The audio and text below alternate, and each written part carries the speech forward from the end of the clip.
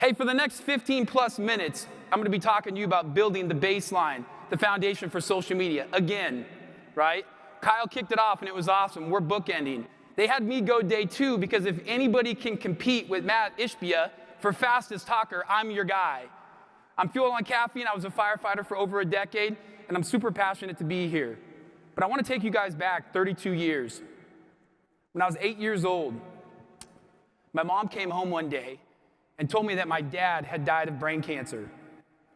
8-year-old Shane then spiraled, started to eat, got big glasses, gained weight, had no friends, completely insecure.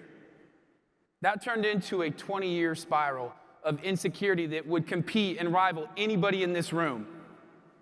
I made a decision in my early 30s. Now, by that point, I was a fireman. I had a beautiful wife. I looked like I had everything, but inside, every day was a battle of security. Insecurity.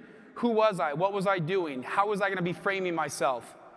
I was a full-time originator. I was a full-time fireman at the same time. I was burned out. I was fried. One day, I just said, screw it. I'm going to stop dressing like I work at Charles Schwab. I'm going to start wearing my hoodies and backwards hats. And I'm just going to go all in on myself. And at that point, I dug in on social media. And I want to teach you guys and share with you all today the things I've learned in the last couple of years. I'm not a marketer. I didn't go to college and get a degree on SEO. Just like you, every day I just show up. Some days I come home a little bit late. Some days I forget to do all my actions that matter. So I want to talk to you about the foundational items that we have to do every day to grow and 5x our engagement on social media. If that's cool, give me some knocks on the table so I know you're awake. All right, that was okay. We'll get better. It's a little half-assed. I know some of you guys were up a little late last night. Well, guys, the reality is marketing in 2003 versus marketing in 2023. Back in 2003, the top 3 ways you marketed were print, radio, and direct mail. Think about that for a second. That's not that long ago. Today, the top forms of marketing are social media influencing and video, done through the social media platforms.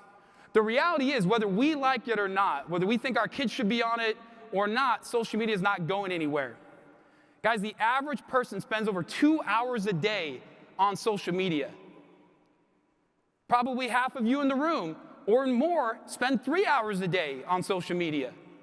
If that's where our clientele is, we need to be there. And I'll show you a case study at the end of how I've converted that into revenue. Guys, we want to 5x your engagement, and in the next 13 and a half minutes, I'm going to help you guys do that. Are you guys good? Yeah. All right, let's roll. First and foremost, we're going to talk about 3 platforms. Now, I started with LinkedIn. I made this quote up, but this is so true. How many of you, with a raise of your hand, think of LinkedIn as a place to get recruited? Yes, all of us have been recruited on LinkedIn. The reality is, I want to be the only water salesman in the desert, especially right now. What we don't know about LinkedIn is this is a badass place to build engagement. We just never looked at it because we didn't think it would help us grow our business. This last stat is the most important one to me. 3 out of 4 marketers see the best organic results on LinkedIn. Marketers, not like guys like you and I, we're just kind of hobbyists doing this thing, hoping it'll help us grow our business. The professionals in the room are going to LinkedIn. I want to go where the professionals go, because if I can do that for free, I can grow my business. Now, here's another thing, 2003 to 2023.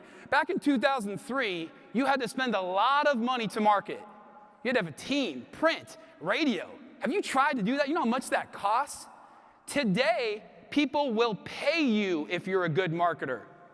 Think about that for a second. That's the impact. So we're going to talk about LinkedIn. We're also going to talk about Facebook. Guys, the reality is Facebook is the largest, most prevalent free billboard in the country.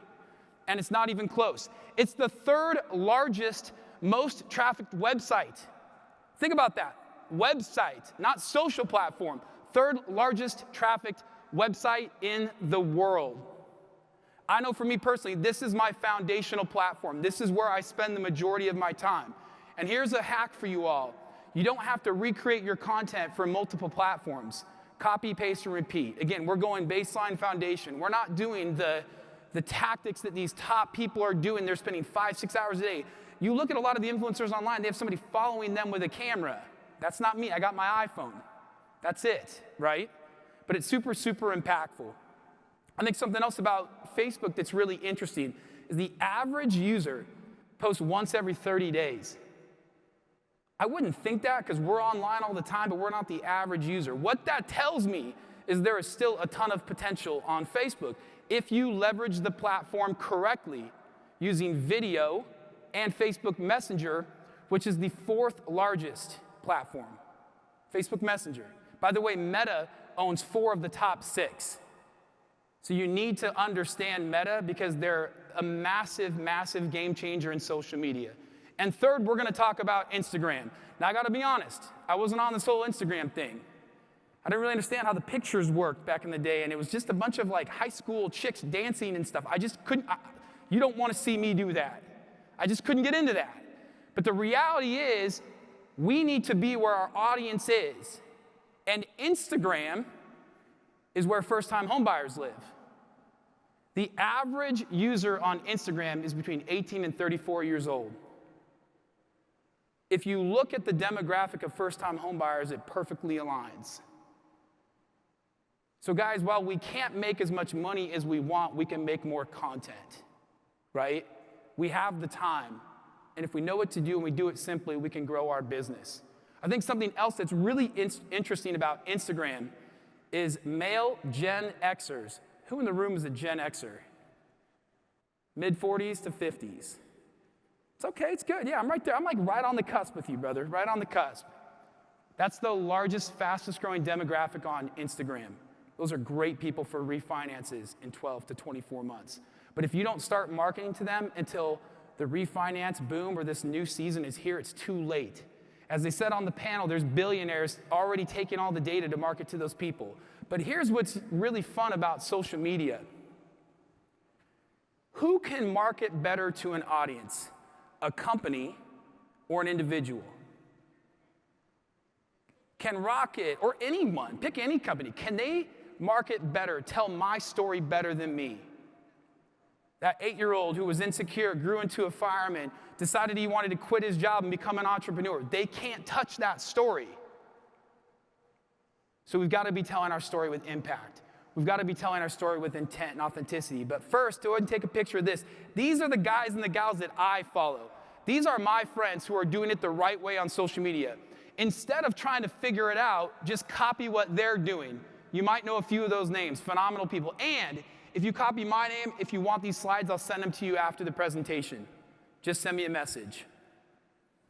So there's 4 parts to this foundational kind of rebuilding that baseline. First, we're going to create compelling content. Then we need to identify our ideal audience. Third, we need to set a daily cadence. And fourth, we need to engage with our avatar or our audience. And again, a consistent habitual action isn't me going to yoga one time and realizing it's not for me, right? This is something we need to be doing every day. So first, creating compelling content. You got to focus on 3 things: intent, impact, and authenticity. Intent will drive your impact. If you've been, fighting with your spouse, kind of pissed off, and you decide to get on Facebook and post, what's your intent behind what you're doing? And what impact are you going to get from that message? Nobody likes negativity online, right? It doesn't help you grow your brand. I'm going to show you how I do very little mortgage marketing online, but just by sharing my personal story, I get DMs nearly daily with people looking to do business with me because people don't want to work with a brand. That's why you see all the companies now, like Nike and everyone else, they're not selling a shoe, they're selling be like LeBron James. Then they show you, they take you into LeBron's house where he's working out on his tonal, all greased up, looking like a Greek god. I'm like, I want to be that guy. I don't even care what he's wearing. I'm buying whatever that guy is. I want to know that guy's story. That's what marketing, that's what social media has done.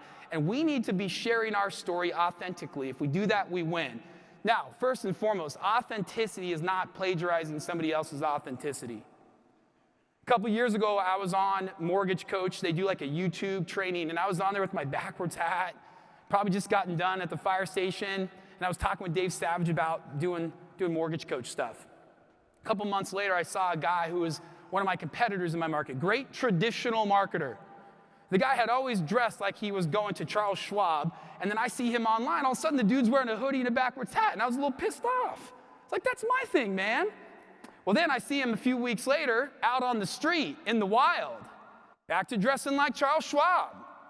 Guys, fake authenticity is just not cool, and people can see right through you. The reality is, if we turn off the filters, we are going to make more money, and it's way easier. Just be yourself. If you look at what I typically post, and you can go online right now and look at my social profiles, the guy you see online is the exact guy who's going to have happy hour with you later. Grew up with depression, anxiety, loves donuts, have a beautiful little 2.5-year-old daughter that I just love to death, love to travel. I like to sit in a sauna. We have probably the worst baseball team ever, but I love sports. That's me. People want to work with me. So when I call them in 6 months, 12 months to talk about a refi, it's like we're just catching up from hanging out because they know everything that's going on in my life in a non-hopefully creepy way, right? But the beautiful thing about that is I don't spend hours online every day.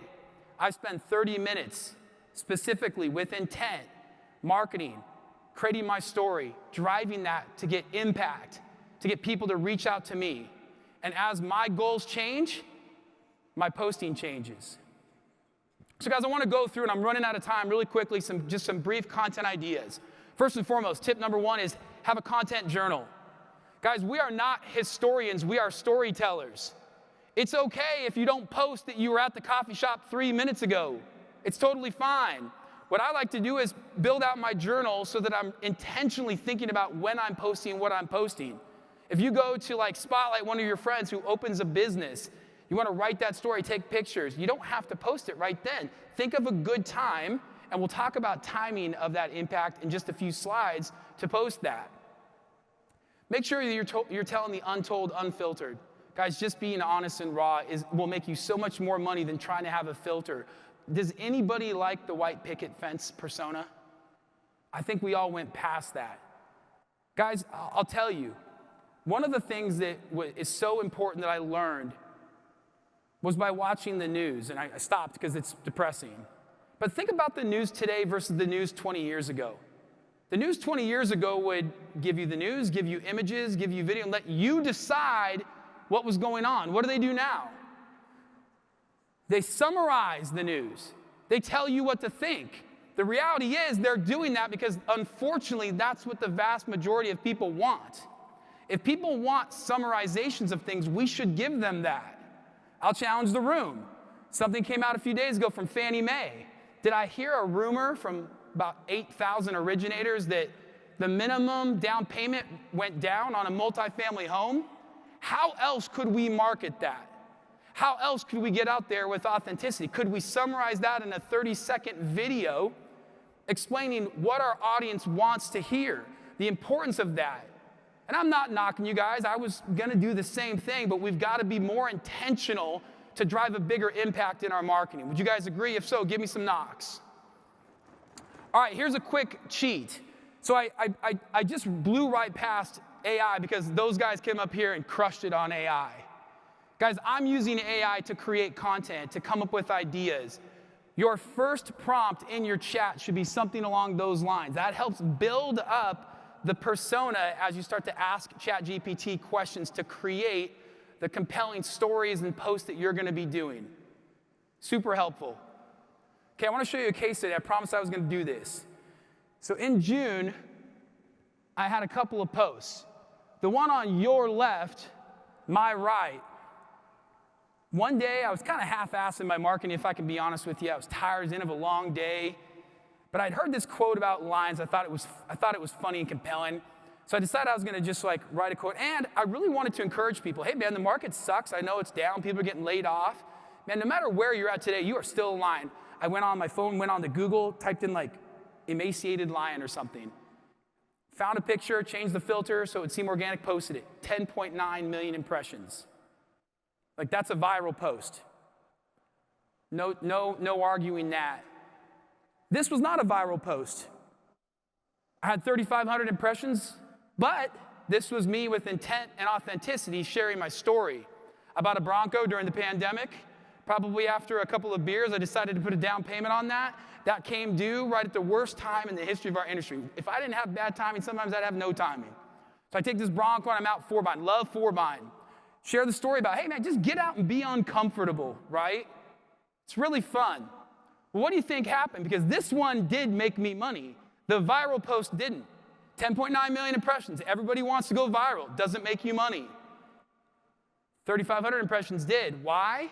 Because a guy who was watching what I was doing online, a guy who I had invited into my community, my space, on my socials, runs a large real estate team in my market.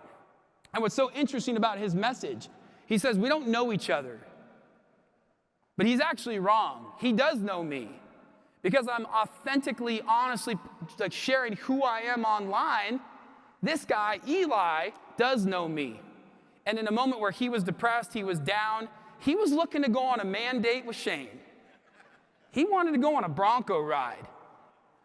Is there a better way to convert a referral partner than going out for beers and 4-bind? They will send you all of their business. What does this have to do with mortgage? Nothing. I didn't cold call him on a Monday. I didn't send him a handwritten card. I simply, at some point, added him onto Facebook and built rapport unintentionally through my intentional marketing. Now, I got to go quick, but I got to remind everybody of this, no matter what. Never stop telling your story to your audience in your voice, period. Nobody wants you to tell a story of somebody else. We want to know you. It's more impactful. And you know what? It's free. When the guy in the hoodie and the backwards hat shows up, I don't have to put on a mascot hat and be something that I'm not. I just am who I am. And it's super refreshing and rewarding. And you guys can all do that. Now I got to go quick. I'm out of time.